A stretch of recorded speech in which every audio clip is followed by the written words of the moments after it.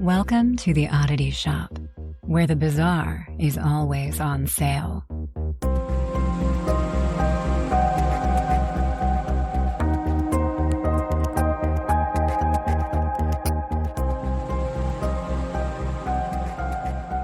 Hello, everybody. Welcome back to the Oddity Shop. I am Zach, sitting here with Kara Parakovic. Hello. Hello. How are you? Good. It feels like we haven't done this in a while. I know. We were like, has it been 2 week. weeks? I think it's been two and a half weeks. Yeah. Yeah. Good thing we got ahead. It feels strange. Right? It's kind of nice to get back to it. I like seeing your face. Although I got to see your face a lot in person. But before we get into all that, welcome to our podcast where we talk about the weird, creepy, paranormal, conspiracies, cults, anything but strange. Bizarre shit. Sometimes murder. And yeah, we're gonna put our own 2 cents in. We're gonna get it right sometimes, but let's be honest, most of the time we're gonna get it wrong. So bear with us. But at least on the fact end, if you want to check us, all of our references will be down in the show notes. You got it. How was the wedding? Oh, it was good. It was very, it was chaotic because it's a lot. I mean, it was just a really big wedding, but it was a lot of fun. It went by really fast. Like the week that I was there went by really fast. I barely even talked to you while I was there. I barely even talked to my husband because the time difference doesn't seem like it's a lot because it's 3 hours, but it really adds to so many different things. Like when I was ready to calm down and like be like, oh, okay, I can make my calls to everybody. It was like late here. So it's like you guys were sleeping or whatever. And I'd be like, okay, well, it's only, I don't even know. You were so radio silent that at one point, I think I threatened to put out an Amber Alert and that I was going to go start putting missing person posters up. Because Kara, you guys don't know this. She blows me up all the time and I love you for it. But after 2 days of actually not hearing from you, I'm like, she fell off like a cliff or something. Well, I wouldn't say that I blow you up, but we talk to each other regularly, daily. We don't text all day. Like, we're not that type of people. That's not me. But you and I will frequently like send text messages throughout the day, but we do usually always call each other like once a day. And you're the only person I do that with. And then obviously I text my husband and call him and stuff. But yeah, but once we're getting to like day 3, I'm like, she dead. I thought I was going to get to do an episode.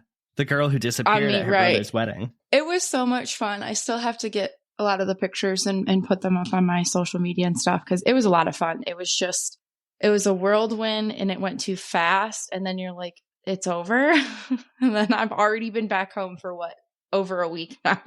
It's crazy. That's insane. Yes, it is.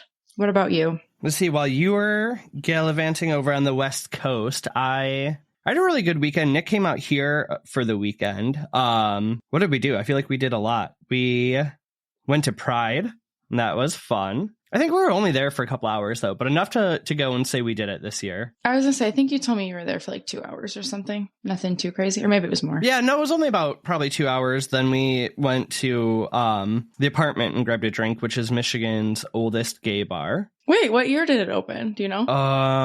Not off the top of my head, but I do know it's the oldest. That's so cute. I didn't know that. Yeah, I'll have to take you next time you're out here. It's kind of a fun place. Well, just to go and say that you went is like cool. Yeah, then we went out to Lowell. Cute. And then, okay, so the next day, we went to the zoo. And let me tell you about this. So the Grand Rapids Zoo, you can it goes like the front gate is at the bottom of a hill and then the zoo goes up a hill. Or if you're lazy like me, you can take the funicular train right from the gate up to the top of the hill and walk your way down. Okay. So I haven't been in years, but we got like a water bottle at the top that like features one of the animals in the zoo. And we had what animal? The pygmy hippo. Oh! So we kept like the whole time we're so excited. We called him Pygmo, pygmy hippo. God, I love it. And we're so excited to see him. We finally did. He was very cute. And this zoo is wild. Like, what's his name? Do you remember? I don't remember. Ugh. But like, unlike like bigger zoos, like this one, I could have stolen a penguin if I wanted. The bears are like behind a chain link fence. At one point, we just saw one of the workers with a wagon full of tortoises, like taking them to a new exhibit. This doesn't seem... Okay. Hold on. So we went out to dinner later that day, and our waiter's like, so what are you guys doing the rest of your day? We're like, oh, we're kind of like, wrapping up. We went to the zoo earlier. Nick had never been to the Grand Rapids Zoo. He's like, yeah, it's kind of a wild zoo. And the waiter's like, oh, did you hear about what happened? What happened? We're like, no, obviously, but we're like, we wouldn't be surprised if there was an incident. So they had brought this 7-year-old gazelle in from California. Oh, do I want to hear this? They put it in the same cage as the pygmy hippo, who are mostly herbivores, mind you. Yeah, but they will attack. Yeah. Hippos attack. Yeah. Within an hour, Pygmo had killed this gazelle, but because, he's basically an herbivore, we found out that our favorite animal was just a cold-blooded killer. This is actually really disturbing to me. Like, how is this place actually even licensed and running? I'm not sure. But if you want to go to a place where you could possibly steal a meerkat and or a penguin, you should hit up the Grand Rapids Zoo sometimes. I don't know if I would tell people that, because it might happen and then we're going to have wild animals running about, or they're just going to end up dead because people don't know how to take care of them. Right. But clearly the zoo doesn't know how to take care of them either. So maybe steal them. Just don't steal Pygmo. He's a cold-blooded killer. But that's about it. That's all I really got for you. God. Okay, I have a question. I was going to give you so much crap if you didn't, because I feel like I've been having to pull questions out of you. I'm proud that you're prepped. Okay, I think I know your answer, because I think this would mostly be anyone's answer. But I need you to think of the worst possible scenario of either one of these options.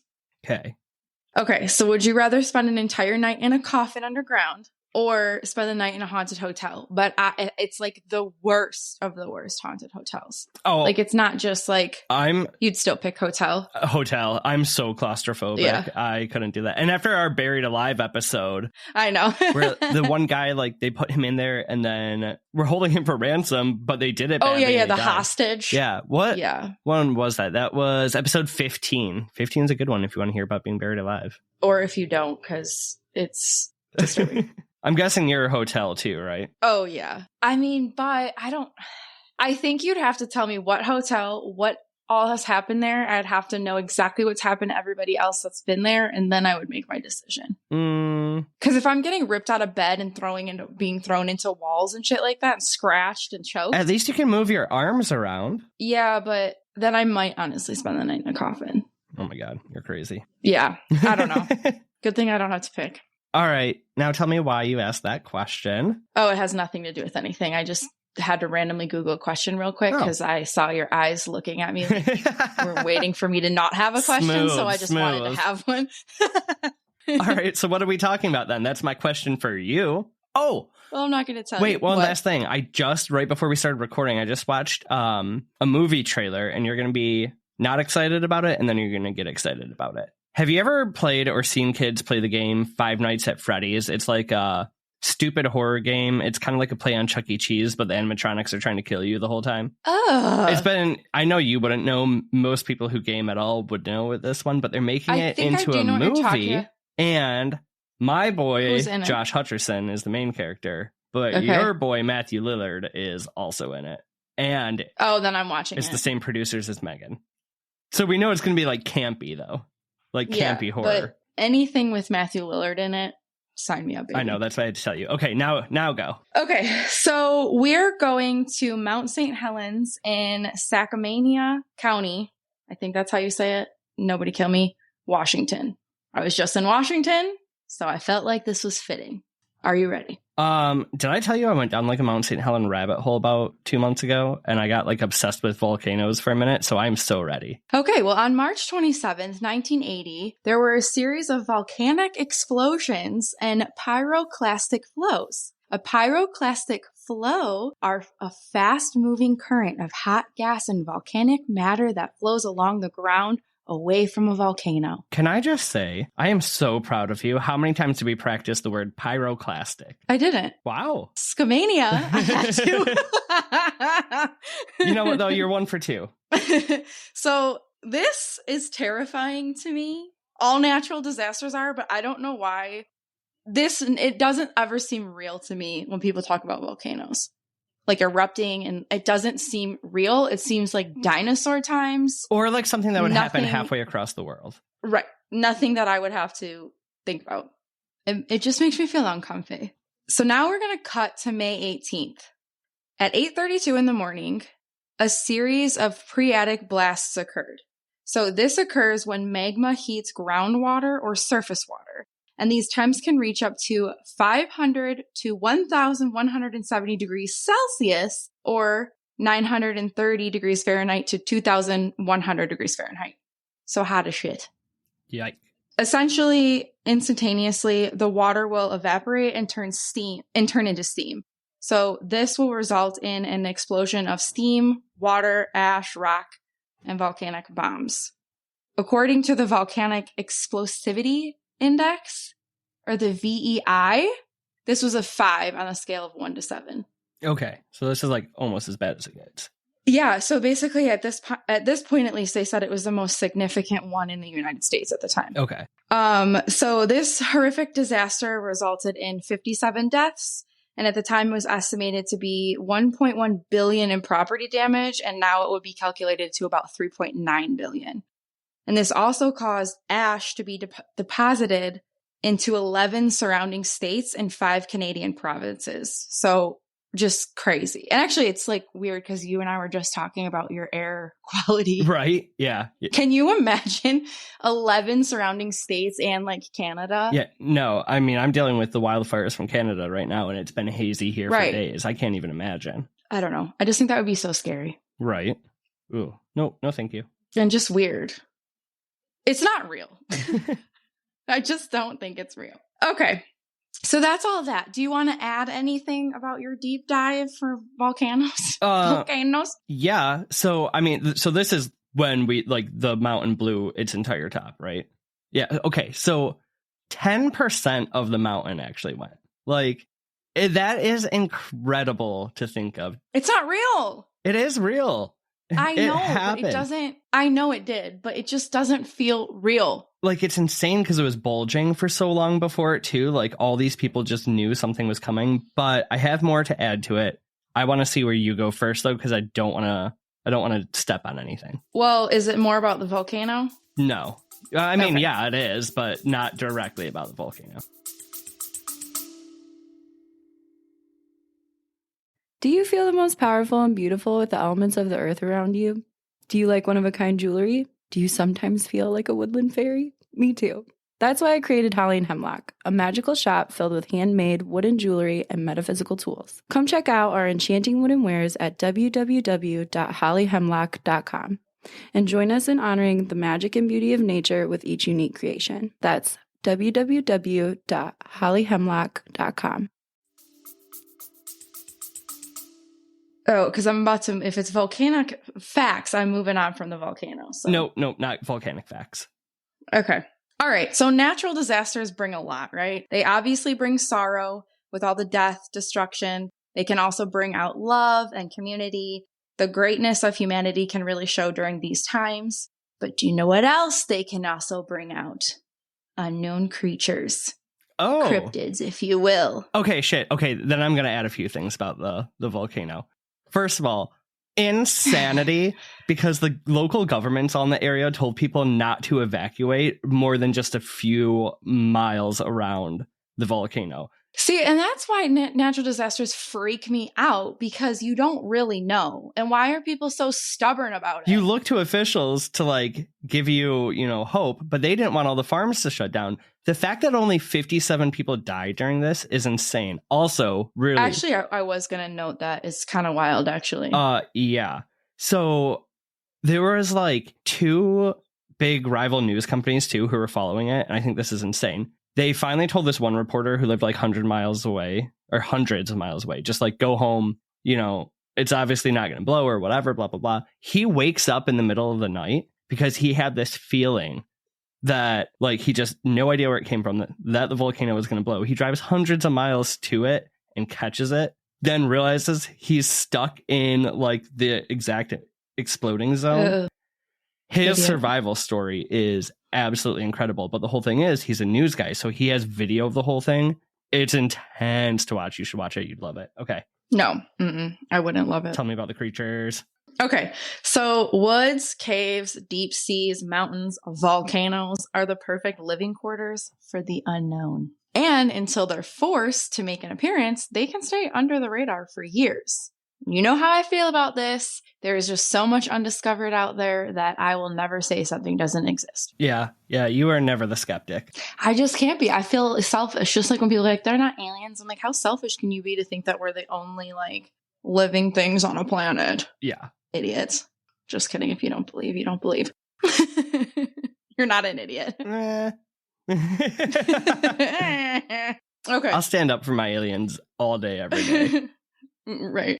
All right. So after the Mount St. Helens natural disaster, there was more than just cleanup and reconstruction to deal with. Through the ash clouds near the eruption site, stories of a beast-like creature flying about started to spread.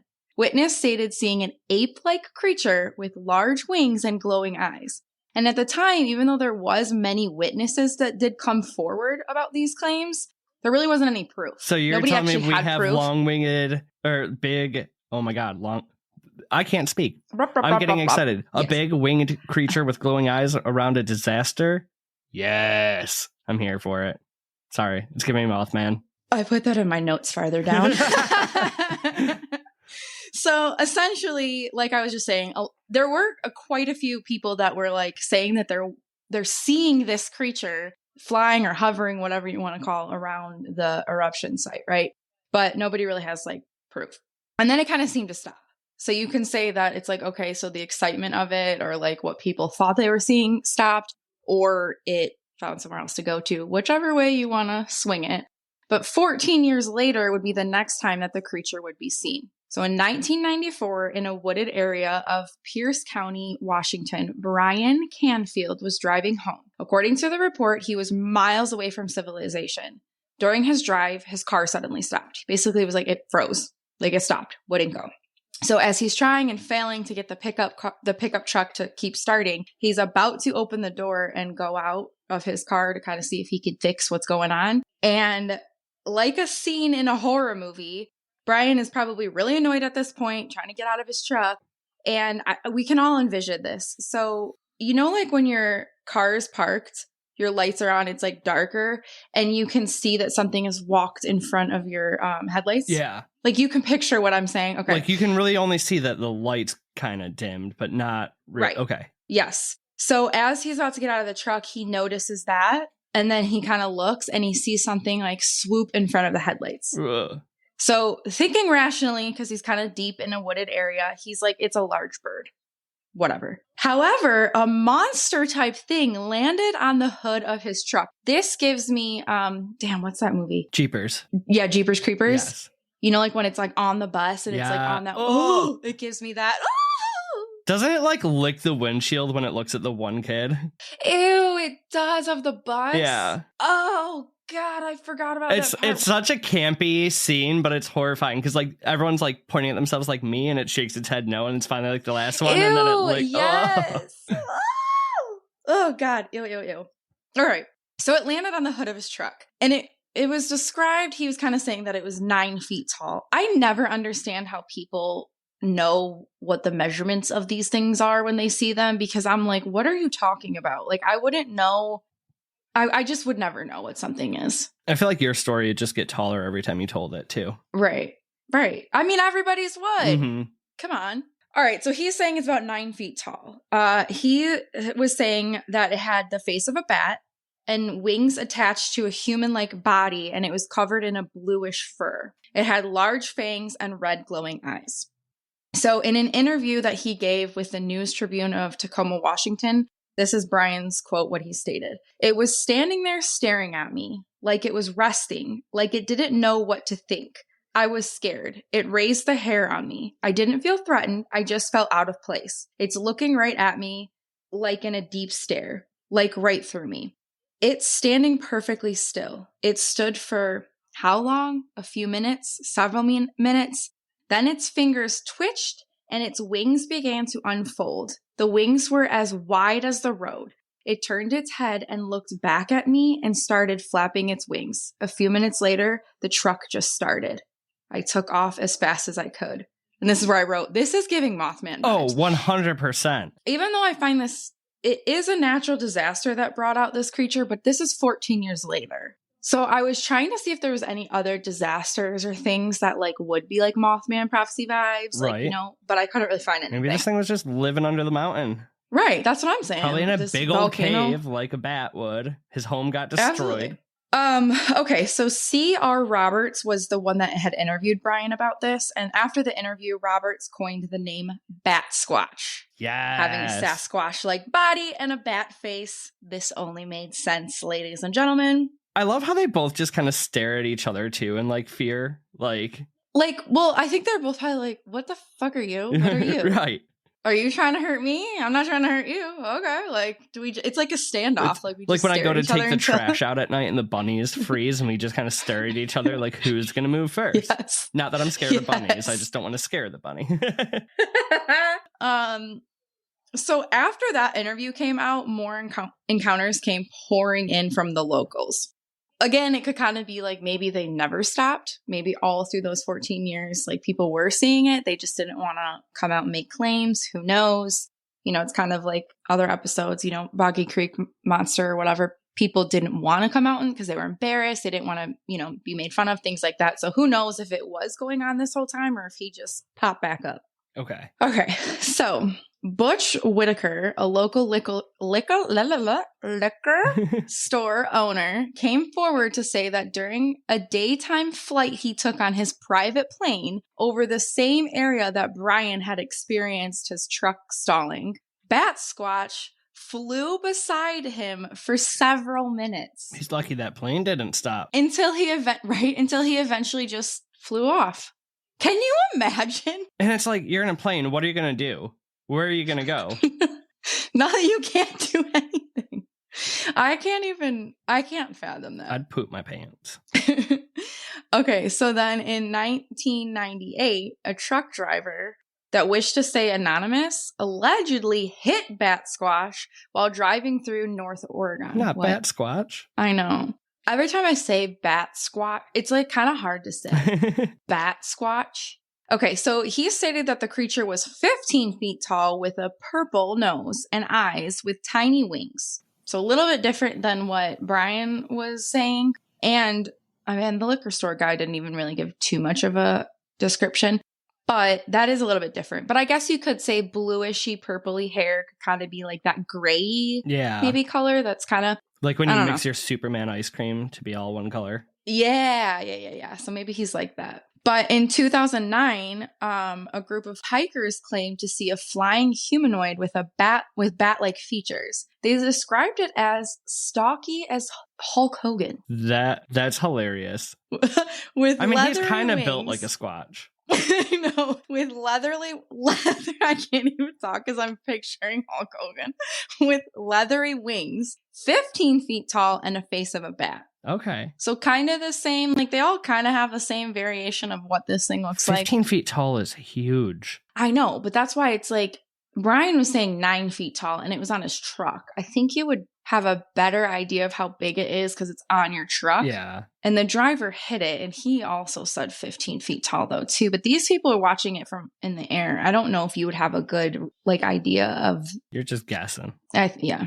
2011. A man had been in his yard. He was kind of walking his dog, letting his dog do his thing. He bent over to pick up his dog and he noticed something flying above. And he was quoted saying, "I saw something flying in the sky. It had bat wings, blue fur, and had a face similar to eyes glowing red. It was about 9 feet tall, and at least after I watched it, it just flew away." Creepy. It's given such Mothman vibes. It really is. Okay. I don't know. I don't know. What do you think so far? I think it's Mothman's cousin. I just think look at where all these things come from too, like the wildest cryptids and stuff. They always come from like mountain areas, like the oldest parts of the United States. We have no idea what could actually be in there. Well, that's what I was kind of saying. It's like until something happens, like a natural disaster, they're forced out. Like you don't usually see these things. Right. They don't really want to be seen. Like they're just minding their own damn business. Okay, a Reddit user by the name of High Strangeness wrote, "I saw Bat Squatch. I've never shared this before, but when I was 5, I saw 3 Bat Squatches." Oh. Do you think it's Bat Squatches or Bat Squatches? Bat Ski? Bat Squatch? Whatever. We'll go with Squatches. My family lived in... That's how he wrote it, or they wrote it, so I'm just going to say 3 Bat Squatches. My family lived in Montana. I was playing outside looking at things with my binoculars. I started looking at the clouds and noticed a black circle super high in the sky, just hanging there. It almost looked like 3 objects circling. But the more I watched, it was getting closer and closer. My gut said run. I grabbed my siblings and ran under a tree in the yard to watch 3 gorillas with wings fly over us. It was so freaking scary and surreal. The best I can relate to how it looked was like Goldar from the Power Rangers. I can't think of what is. I was never a big Power Ranger kid. I was, and I need to look that up. I meant to. Goldar from the Power Rangers minus the gold armor. I don't know.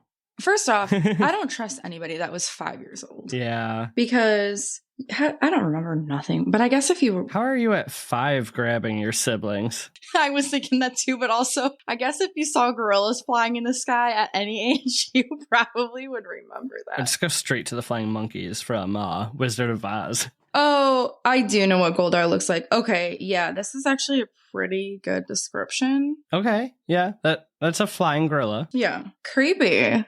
I have one last encounter, and it's really long, but I am going to read the full thing to you guys because I want everyone to be the judge of this, because I feel like either you have too much detail, it's fake, or you have not enough detail and it's fake. Ooh, but this sometimes we're like this is one where I'm like, I don't know. This is like, I don't know. Tell me.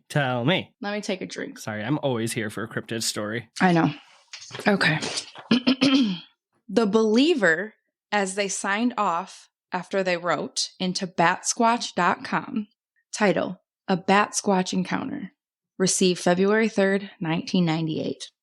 It was a dark and stormy night. I had taken a fall and landed not too far from the edge of a cliff. Being knocked out, I don't know how long I had laid there, perhaps 3 or 4 hours. My watch had been torn off by the fall along with most of my gear. I was barely conscious when I heard a loud, deep, bass-like yell from the air. The sound was accompanied by a semi-truck horn from below the cliff from which had almost rolled off hours earlier. So basically the cliff that he had almost fell off. That's where he saw. Okay. I gazed below, trying to focus my eyes to see clearly. My head pounded from the fall I had taken. It was impossible to realize that the next few moments would change my life forever. What I saw, I kept secret for many years, mainly because I had a good job and I didn't want to lose it. Perhaps I shouldn't have kept silent. My silence has caused the death of so many animals and put a town at risk. At risk of what? I'll let you be the judge. I will not come out and let you know my name. However, I will tell you what happened that night and the following days. You can be the judge. I was able to witness a logging truck filled full of Douglas Firs. What is that? Douglas Firs. Firs, thank you. They're Christmas trees. Oh, okay. So whatever. So the truck is full of these Christmas trees? Or, I mean, it could be logging. They could be much bigger, but they're pine trees. Oh, I see what you're saying. Okay, so he filled with these, hit a large object in the middle of a narrow dirt logging road. I thought it was a large stump at first sight, but the object upon being struck bounced into the air, almost flying, then fell into the canyon below. It was strange because I could have sworn the object was purple and had wings. Weird. But I attributed the color to my blood-stained glasses and the wings to my inability to see very clearly at the moment. What I did see was a cloud of dust from the semi as its brakes were applied, the driver attempting desperately to miss the object in the road. At first, the truck slid headlong into the object. Then, as the truck hit the thing, it must have dazed the driver of the truck because the long semi abruptly swung left, hitting the cliff wall, then jackknifing. Oh, no. Doesn't this, make you sweat? Yeah. The rear of the trailer still sliding slowly as it swung precariously near the edge of the right side of the road, 100 feet above the steep, rocky, walled valley below. Oh, that gives me anxiety just thinking about it. This is what I'm saying. Then, as if in slow motion, the dirt road under the rear of the trailer gave way and the rig slowly started moving, falling, trailer first, over the edge of the road. It was as if something had clutched the back of the trailer and pulled it over the side of the logging road. I desperately tried to see through the cracked windshield of the semi before it too followed the rest of its trailer over the edge of the road. Always I will remember the sound of the twisting metal as the truck slid down the valley cliff and crashed to the bottom. There was no explosion, no fire, just the sound of metal scraping against rock and echoing off the canyon walls. Few moments later, only silence and a small cloud of dust rose from the valley below. I couldn't see where the truck ended. It slid down the rocks. It had disappeared below the steep sides of the canyon. The forest was eerie. All of the things a person could think of after such a terrible accident. What I remember the most is the silence of the forest. There was no wind, no sound of birds, nothing. It was as if time had stopped. The forest had ceased to be alive. Okay, few thoughts on that, right? Like if you're a critter in the woods and you hear all that noise, you're gonna stop moving too, thinking your life's in danger. Oh, for sure. I mean, usually when stuff like that happens, everything does get so eerily silent. Right. That would just add so much creepiness to it. Mm-hmm. Reality finally set in. I thought of how I'm going to go down to see if the driver was still alive. No, that had to be crazy. No one could have survived such an event. I suddenly realized that I was sore and bruised everywhere. Now my reality was coming back to me as I felt the wet blood on my forehead.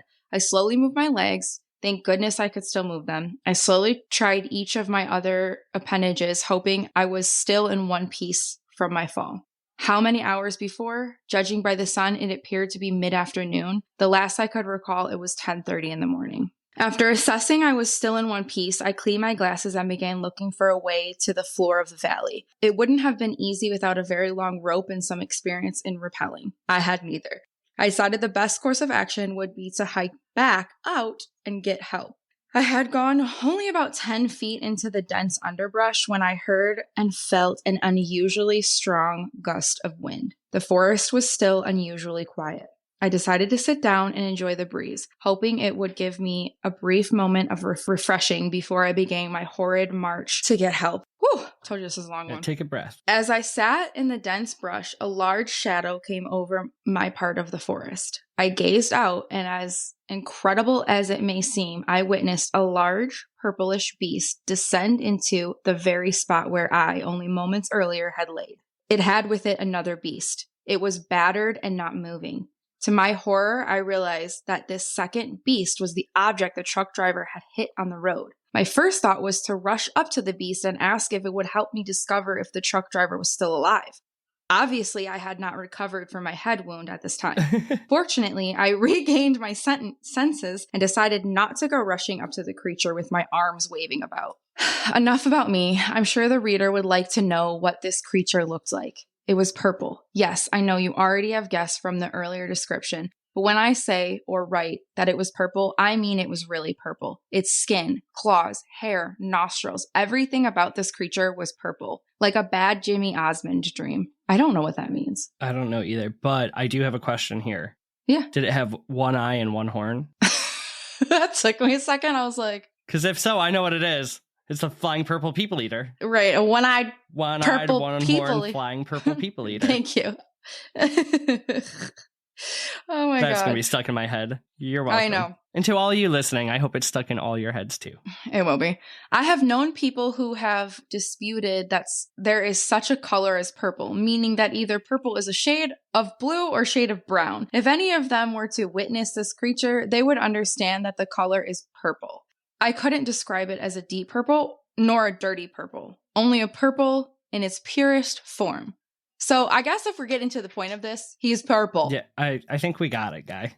Right? This creature stood about 15 feet high when it was sitting, hunched over in front of me. I later discovered that this creature would measure an easy 30 feet from head to bottom once it was airborne. I say bottom because it didn't really have a tail. The head of the animal was unusually small compared to its massive body. The beady purple eyes would remind anyone who has the misfortune of seeing them believe that this creature could be of the rattan family. What's that? I have no idea. I thought you were going to know. While other characteristics of the head also had many features of the rattan family, being of noteworthy comment, it is a long pointed ears from which protruded from the top of the creature's head. The nose was rather small. The most pronounced feature of the nose being its unusual color of purple. I believe this is the only creature in the world that has a purple nose. This guy can't get over it being purple. No, not at all. Like nothing else is seeming to bother him or make him feel uncomfortable. Right. Except the giant 30-foot bat. Totally normal. But guys, it was purple. Oh my God. The wingspan of the creature looked very small, as it couldn't fly with such a small wing surface. However, I later learned once the creature was airborne, the wings extended out to form a wingspan of a good 40 feet. The most disturbing feature of the large beast was its hands. It appeared to have 4 sets of hands. Perhaps I should clarify that to mean 2 sets of claw hands on the wings, about midway, and another set on the torso, almost as if it were human. I didn't notice the hands near the torso until another encounter with a large animal the next day. The creature was very frightening to look at and could almost be a cross between a large bat and an excessively large furry human. I believe that the most accurate description would be given by some of the local townsfolk, whom later had the misfortune of encountering this beast as naming it Bat Squatch. Well, perhaps I've mentioned too much. My worst fear is that I will be traced by my email address and somehow would know my location, thus making me a laughingstock of my community and ending my rather prestigious position within the city. If you would like to hear more of this story, you may email me. However, should you make any attempt to trace my email address, I will deny everything. The Believer. Okay, I have a couple issues with this story right from the very beginning. How the hell did this guy fall off a cliff? What was he doing? So that was because he then says that he had the only way he was going to get down from where he fell was if he had a long rope and rappelling skills, which he had neither. So what business do you have being there? And also, we already know you have a head injury. Your glasses and your forehead are bloody. So how concussed is this man to have that much of a memory of these events? Right. And then so also he gave, because clearly he is dumb because he doesn't want to be traced, but also said we could email him, which is just ignorant. But he didn't give any clear indication of like where he exactly was, because I did want to try to look up what type of semi-accidents were in there, like any logging accidents that would kind of sound like this. But I had nothing to go off of because he didn't give us a year. And he's like, I'm going to go get help, but then doesn't get help, but sees the thing the next day again. Yeah, that part threw me off because he didn't say anything about that. So I'm not really sure. I'm emailing him. I need more details. But I will say there are some things that I was like, okay, it's so weird that you would add these things in here. But I guess if you're a writer, you would have that imagination. So it's not like it's unrealistic. But some of the things kind of made sense in the aspect of there was some conflicting things like in other statements, right? Like he had a really long wingspan and then the one person said they had really short wings, but he said that they had short wings while he's standing, but they extended out long, like when he was flying. And the first guy also said like they extended right before he took off. That's true. But yeah, I read this and I'm like, I have to read all of this because it's just so... It's almost too many details. That's where I was saying. It's either you could go like, wow, it's like odd details and like things that most people wouldn't just think to put in here. Like the detail of like him thinking that he should go up to these creatures and be like, oh my God, let's go see if that semi guy. That's kind of like one of those where it's like, wow, you might actually in that panicked moment be like, maybe they could help. Right. Like, do you know what I mean? Yeah. Because why would you just put that in here? That's so strange to me. Yeah, that one's a little too like realistic. I feel that. Right. So some of them, that's what I'm saying, are like where I could be like, oh yeah, this definitely could be. Now, there are some things that are added in here, like, you know, like the Power Ranger stuff and like whatever that like you could just be writing for like the theatrics of it. Yeah. So this could have happened and he's just being a little, or they are being a little bit more theatrical with it. I don't know. Okay. The one thing that I thought was really odd is that when you're diving into like cryptids and stuff, there's always like another story, right? There's usually like a backstory of what this actually is, or like, you know, theories and things like that, like what the non-believers think you're actually seeing. And I could not really find any alternatives that people think the Bat Squatch really is. I got one for you. So yeah, I was going to ask you, what do you think? If it's not the Bat Squatch, what do you think it is? Well, it's obviously a sandhill crane. Oh my God. Yeah, that makes so much sense. They're purple. The same with every other flying cryptid. Sandhill cranes. Sandhill cranes. Are there sandhill cranes in Washington? I'm sure. I think they're kind of everywhere.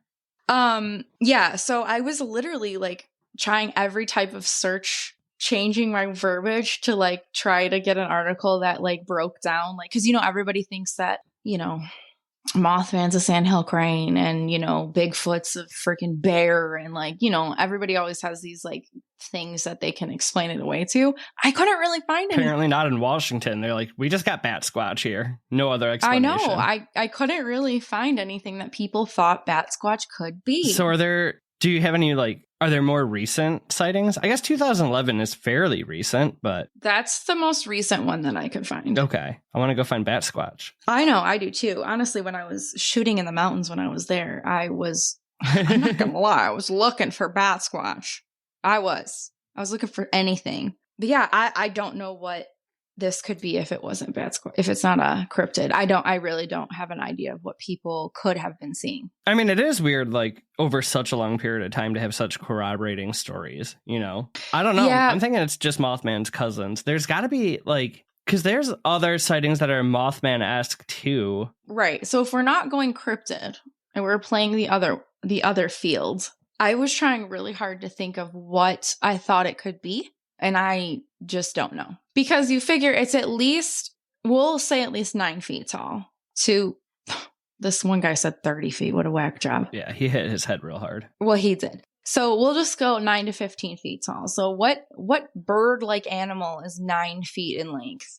That's beefy. Oh, what are those ones with, like, they look like a dinosaur with that, like, the big bill that looks down and... A pelican? No. Oh, I do know what you're talking about. They're blue, too. They're like prehistoric. Oh, you're right. Hold on. Is it a shoebill? Yeah, it's a shoebill stork. Okay. I don't think they get 9 feet tall, but I know they get pretty big. No. Those are terrifying birds, though, if you've ever seen one. They will kill a human. So, wow, okay. So they say weighing from anywhere from 12 to 15 pounds and standing up to 5 feet tall with a wingspan of 8 feet. Okay. Well, that's about, like, the biggest terrifying... But I don't know, because the only reason that I would say no on that one is just because it has such a prominent beak, and these people are saying that it all had such a squishy little bat nose. Right. But that's a really that good one, like, the feathers even on that one almost look like gorilla hair. They're that bluey purple. Yeah. So that is true.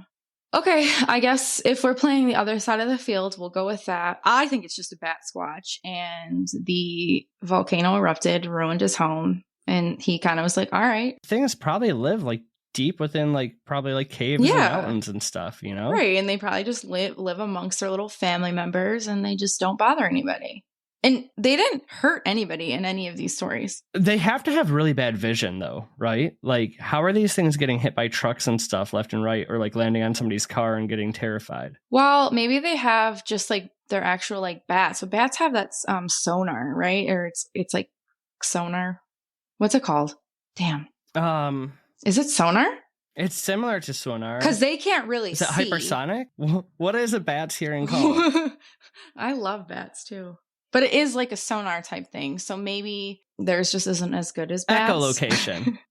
Thank you. You think they would hear a semi, like, or feel the whatever semi. Right. They just click at it. I don't know. Well, that, my people, my little oddballs, is the Bat Squatch, which is fully real. Clearly. I want to see Bat Squatch. I want to ask if he's related to the Mothman. I want to go out west. I'm on the hunt. I think it would be like if Mothman and the Sasquatch had a baby, maybe. It would be a Bat Squatch. Could you imagine that date? Oh, I'm picturing evil things. Okay. Where would they have the date? In a cave? In the woods? Like a picnic in the woods? Yeah, with maybe like a nice flyover of a good bridge. Mm-hmm. Well, Sasquatch can't fly, so Mothman would have to... Do you think Mothman could pick up a Sasquatch? Probably not. I mean, unless it's 30 feet long. Bat Squatch. I don't know. Interesting. I've never heard of Bat Squatch before, but I love him already. I know, I have. There's not too many encounters of him, but the ones that you do get are pretty entertaining. What's kind of funny, though, is like, okay, he's got like the same amount of sightings as the night crawlers, but how did like Bat Squatch not become super popular, but somehow the night crawlers do? There's a Bat Squatch beer. I can't remember what brewery makes it, but I'm like, dang, I kind of want to try it now, even if I won't like it. I want to try it just because. I hope it's kind of like purple colored. I think it's. Why do I want to say the can was green? But that's stupid. That wouldn't be Bat Squatchy at all. Yeah, he's like green. Oh, yeah, but that's kind of giving it like that comic book look. It is, but he should definitely be purple. I mean, it's a brewery. They don't have to be scientifically accurate to a mythological creature. He's real. Fair. Enough. Okay, enough. Cool. Well, good job. I think that's the first cryptid we've covered that I've never heard of before. I'm so excited. Because I don't think puckwudgies are considered cryptids, but I will tell you about puckwudgies one time because you didn't know about them. That is true. Because I was in Washington and this is like their cryptid. I was like, I'll do a bat squatch. And I got to nerd out and share some volcano facts. So yes, you did. I knew you'd love that. I had to add all that stuff in there. I don't know why. I got so sucked into it, and then I went down like the whole Yellowstone, like oh god, oh yeah. Volcanoes are terrifying. Survivor stories. Not even like the survival stories, but just like it's just a bunch of like geologists speculating on what would happen if Yellowstone blows, and it's like it's nothing but doom and gloom, but I get so sucked in. Yeah, I don't want to know. We already live in doom and gloom. Alrighty, don't forget to subscribe. Rate us a review, please. Yes, we've kind of been slowed down on reviews, so if you find yourself coming back here, please subscribe wherever you listen. Give us a review. We'd really appreciate it. 5 stars if you love us. And I am so sick of saying it. We are one story away from giving you a bonus episode. Somebody out there's got a story. I don't care what it is. All right. Well, yeah. So do all those things for us. We appreciate you. Who told me I was pretty on Facebook? Was that my aunt? I think my aunt did. I think, was it your aunt? Deborah Hashey. Oh, love it. Yeah. Thank you. I think it was. Yeah, I think it was. No, my I don't aunt. remember. I think it was. All right. Well, those are the real ride or dies because they listen till the end. But most importantly, creep it real, Yodballs. Goodbye. Bye.